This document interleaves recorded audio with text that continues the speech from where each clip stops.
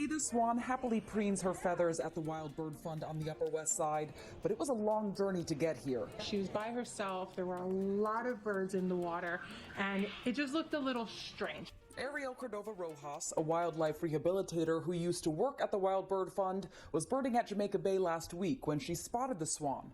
Normally these birds are aggressive, but this swan could barely move.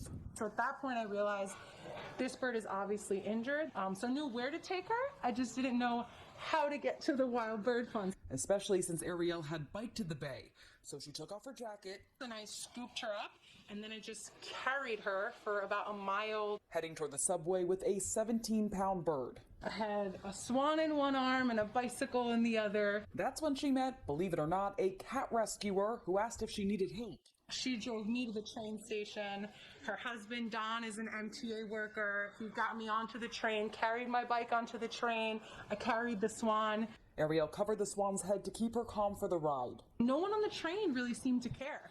There was a guy sitting right in front of me, didn't even give it a second glance. Just another day in New York City.